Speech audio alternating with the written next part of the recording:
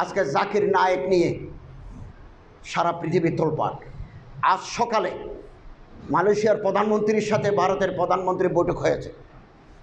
বৈঠকের এক পর্যায়ে নরেন্দ্র মোদী মালয়েশিয়ার প্রধানমন্ত্রীকে বলেছেন, আমার একটা মোস্ট ওয়ান্টেড পারসন আপনার দেশে আছে, আপনি তারে ফেরত দেন, আমি তারে বিচারের মুখোমুখি করব। আমাদের ইমান, আমাদের উখুওয়াত, আমাদের বারাদরি পানি হয়ে গেল দুনিয়ায়। এক ব্যক্তিকে একটা প্রেসিডেন্ট, প্রধানমন্ত্রী বলে যে আপনি ফেরত দেন।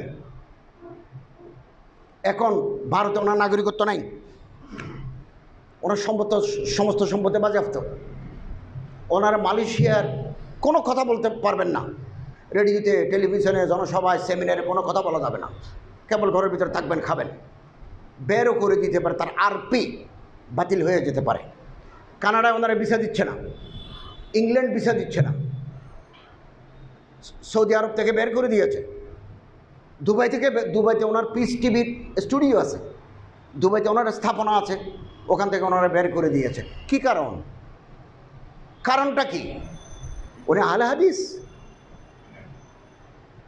উনি ইহুদির এজেন্ট, উনি খ্রিস্টানের দালাল, উনি জঙ্গি, উনি টাই পড়েন, শার্ট গায়ে দেন। এগুলো হচ্ছে স্থূল কথা, যাদের দিমাগ মোটা তারা একথা বলে থাকে মাত্র। কেন জাকির নায়েক সারা বিশ্বের জন্য আজকে চ্যালেঞ্জ হলো? কেন? পিছনে অন্য কারণ আছে। এই কারণের পিছনে কেউ নাই। বড় বড় কিতাব লিখেছি, ইহুদির দালাল, জাকির নায়েক, এ সমস্ত কথা আমরা বলেছি। হক কথা বলার লোক নাই। জাকির নায়েক তাকাবুল আদিয়ানের মাহের, scholar on comparative study of religion, বিভিন্ন ধর্মের উপরে তার পড়াশোনা আছে, যেটা আমার নাই, আপনার নাই।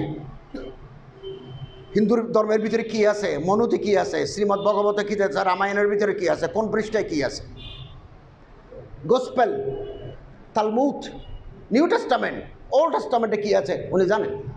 কোরআন শরীফের উপরে ওনার একটা অবুর আছে, আহাদিসে নববিয়ার ভিতরে ওনার একটা দখল আছে। উনি যদিও বা বাকায়দা আলেম নন, মাদ্রাসায় পড়ে কোনো সনদ ইয়াফতা নন, কিন্তু পড়াশুনো আছে। কিন্তু উনি ফকি নন, মুফতি নন, উনি ডাক্তার, ইংরেজি শিক্ষিত লোক, কিন্তু এই ফিল্ডে উনি মেহনত করেছেন। উনি যখন বক্তৃতা দেন ইসলামের উপরে, গায়রে মুসলিমদের 30টা অভিযোগ আছে। এই অভিযোগে 30টার বেশি নয়, উনি 30টার জবাব আছে ওনার। ফলে উনি যখন কোথাও কোনো বক্তৃতা করেন, কেউ এতারাজগুলো তুলি ধরে তিফলি মক্তবের মধ্যে তিনি জবাব দেন। মক্তবের বাচ্চাদের যেভাবে মানুষ শিখায়, এভাবে তিনি জবাব দেন। এবং তিনি সর্বশেষ ভারতের গভর্নমেন্ট খেপে যাওয়ার কারণ হচ্ছে, এখন তো হিন্দুত্ববাদী সরকার। ভারত এখন নতুন সংবিধানের সংশোধন করে বলা হয়েছে, পৃথিবীর কোনো দেশের কোনো হিন্দু যদি নির্যাতিত হয়, এই নির্যাতনের যদি দলিল থাকে, ভারত তাকে নাগরিকত্ব দেবে। পৃথিবীর যে কোনো জায়গায় কোনো হিন্দু যদি অত্যাচারিত হয়, এটা যে ডকুমেন্ট থাকে, তাহলে ভারত তাকে নাগরিকত্ব দেবে। এই জাকির নায়েক সাহেব বলছেন হিন্দু ধর্ম বিকৃত হয়ে গেছে, হিন্দু ধর্মে মূর্তি পূজা নাই, কোথায় আছে দেখাও। এটা বলার কারণে তারা মনে করলো হিন্দু ধর্মের গোড়া তো শেষ হয়ে গেল। গণেশ না থাকলে, দুর্গা না থাকলে, সরস্বতী না থাকলে, মেনকা না থাকলে, কালী না থাকলে, তা আমাদের আর পূজা কি? তখন মনে করছে এই মানুষটা পৃথিবীর যেখানে তাকে ধরে আনি তারে জবাই করে দিতে হবে।